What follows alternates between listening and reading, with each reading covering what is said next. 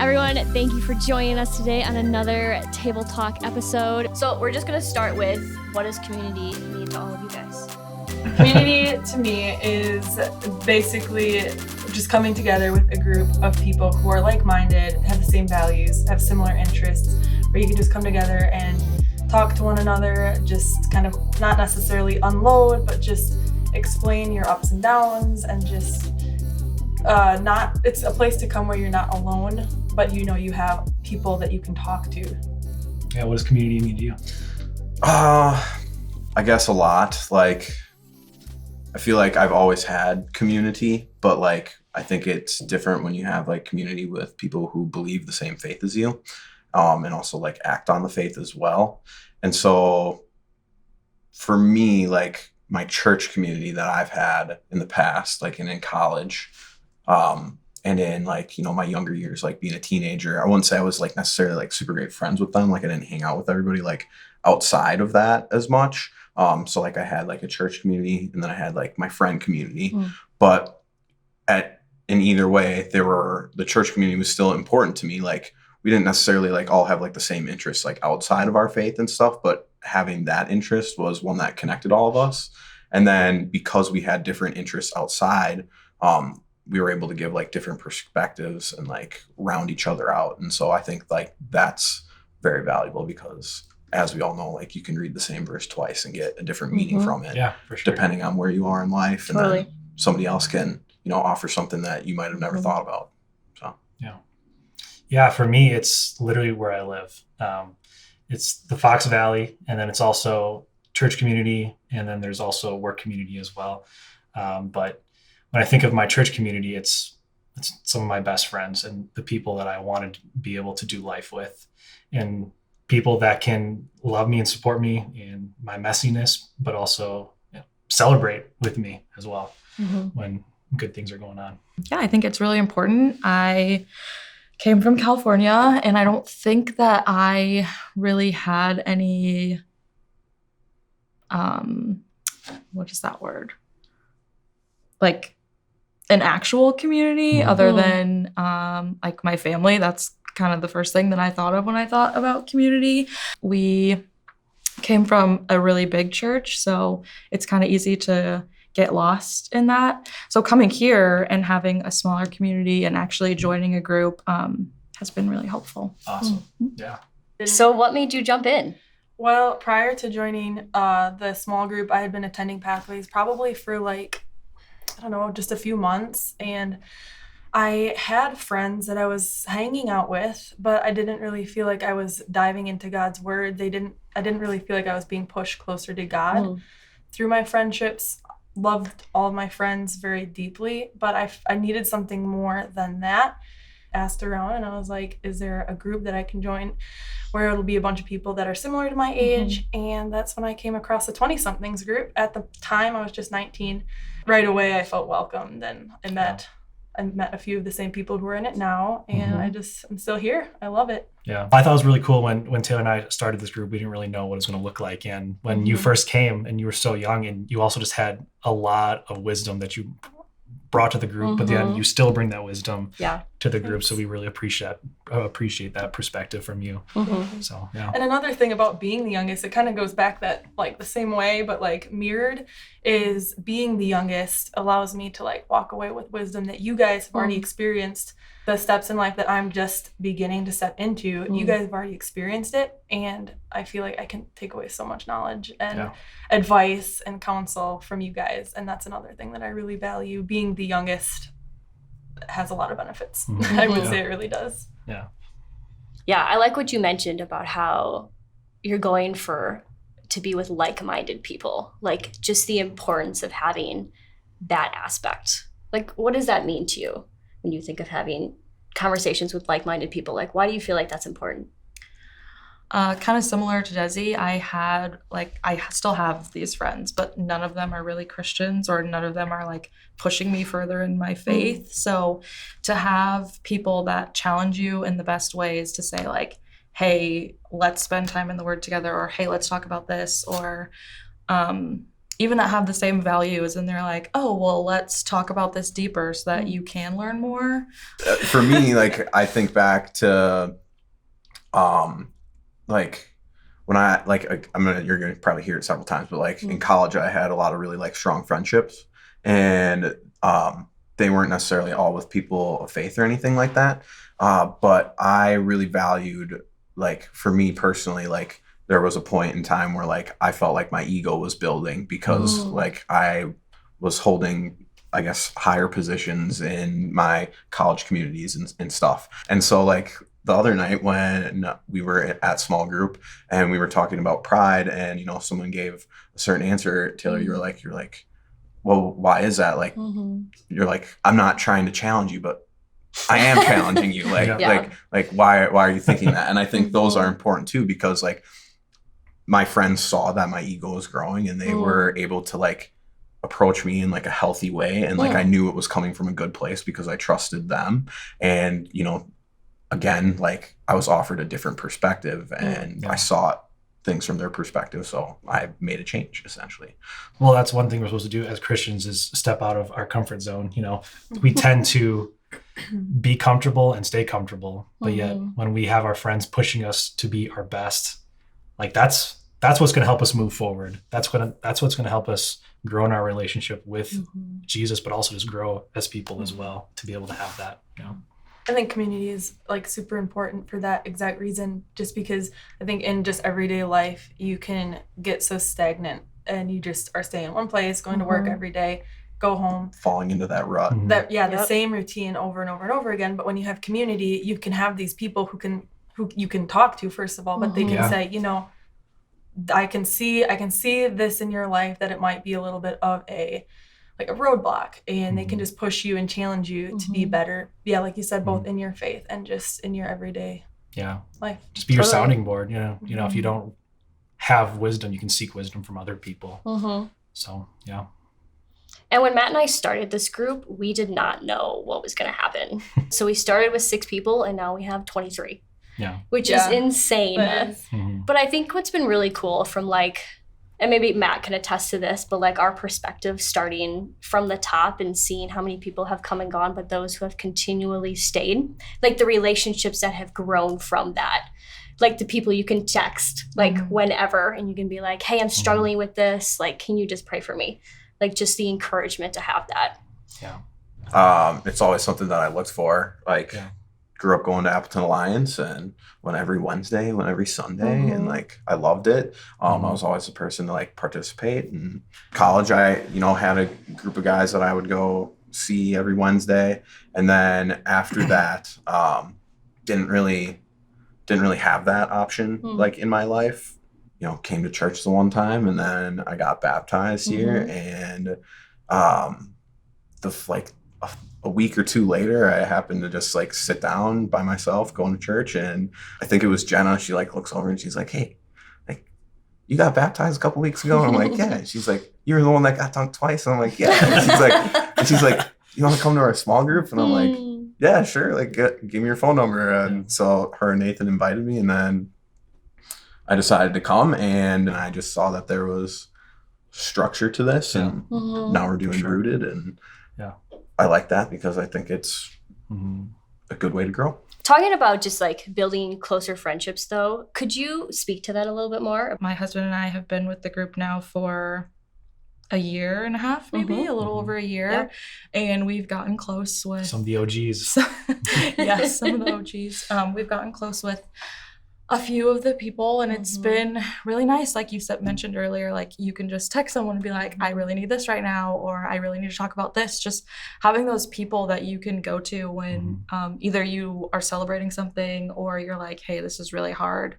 Could you like be a shoulder to lean on when I need it? Or just even in those hard moments, like them reminding you of like, hey, this is the biblical truth, and like even if you don't have the strength to stand on it, like lean on God. Like it's so important to have those people that point you back to Jesus in moments where you're struggling.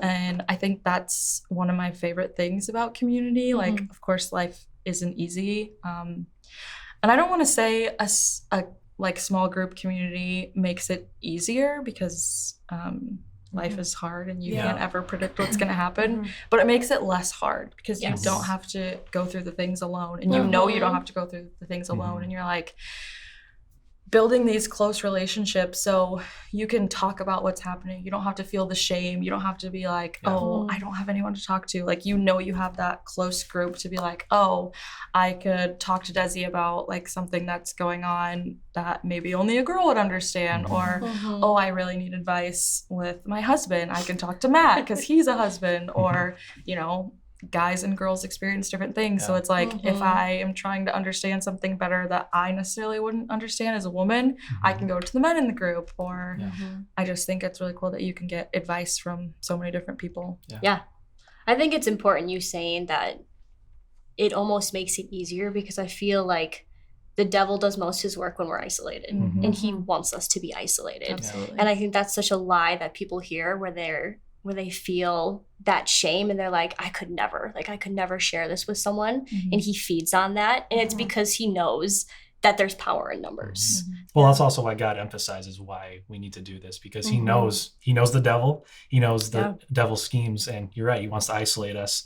We are literally not meant to do this alone. We Mhm. are meant to be in community, feeding off each other and growing that way, for Mhm. sure. Even in the creation story, when God was creating everything, Mhm. he said everything was good, and the one and only thing that he Yep. said was not good is for man to be alone. Yeah. Mhm. And I think that's Mhm. certainly something that sticks out to me quite frequently. It's like when I'm feeling lonely, or when I'm feeling just isolated. Mhm. Mhm. I know it's like, I'm not supposed to feel this way. Like, I shouldn't even be alone. I know that I have Yeah. people I can count on, I can call, and I can turn to, and I can just like help me. Like, Yeah. Yeah. feeling a certain way, please. For sure. Yeah. Yeah. Absolutely.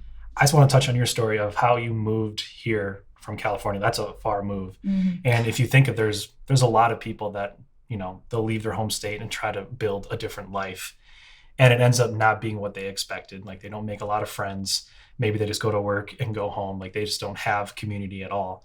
So I think your story is a cool testament that it is possible. It is possible to move to a completely different state and make lifelong friends, Mhm. friends that care for you a ton and can love on Absolutely. you well. Yeah. So I think that's a really cool story. Thank you. Yeah. Yeah, it was really important, especially because I work from home. I nanny for my sister. And so I was like, I'm not meeting Mhm. anybody. Mhm. I go to the grocery store, but how many times are you just gonna strike up a random conversation with a stranger? And then I didn't even actually tell my husband. I just signed both of us up, and I was like, hey, That by does the way, not surprise me. hey, by the way, you're coming with me. Yeah. And I think like he really, Mm. I mean, maybe I can't speak for him, but I think he enjoys our group. You know, he comes every week, he I would contributes. attest to that. Yeah. Absolutely. But yeah, he has a job out of the house, so he Mhm. meets people through Mhm. that, but I didn't have that. So I was like, Yeah. I need something. And like I said, I only knew my sister, and coming from a completely different state, but also on the Mhm. other side of the country. Yeah. Yeah, it was really Mm. important to build that and not Yeah. just, I guess, lose myself Mhm. in a different place. Yeah. Right. What would you guys say to the person who's hesitant to step in to Do it. community at all? I would say that you don't realize how much you need godly community Mm. until you step into it. Mm. From not necessarily from personal experience, because I knew that I needed it. Like, it was quite obvious that I needed it. But I guess there's some weeks where I'm just like, I'm at home and I'm like, it would just be so much easier if I didn't have to like get ready, drive. It's a bit of a drive. It's like 35 minutes. And sometimes I just don't want to make the drive. But when I leave, whenever I just like get in my car, I'm on my way home and I'm thinking about what we spoke about or what we discussed, I'm like, I would benefit from that so much. Like, I'm so encouraged to just wake up tomorrow and just live a very godly life. Like, it's Mhm. with my whole heart. And so I would say it's like, take that step. I know it can be kind of intimidating to, Mhm. Yeah. to step out and meet new people. Like, Yeah, I think for me, it's, what a cool way for God to speak to you and work in your life, to have other people, for God to use other people to speak to you. I mean, my whole testimony is literally about people coming and seeking me out Mhm. and bringing me in.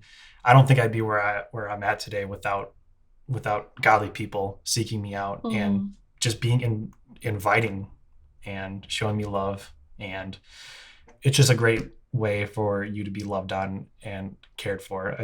For me, God has used people in my life to like search me out and pretty much take me in.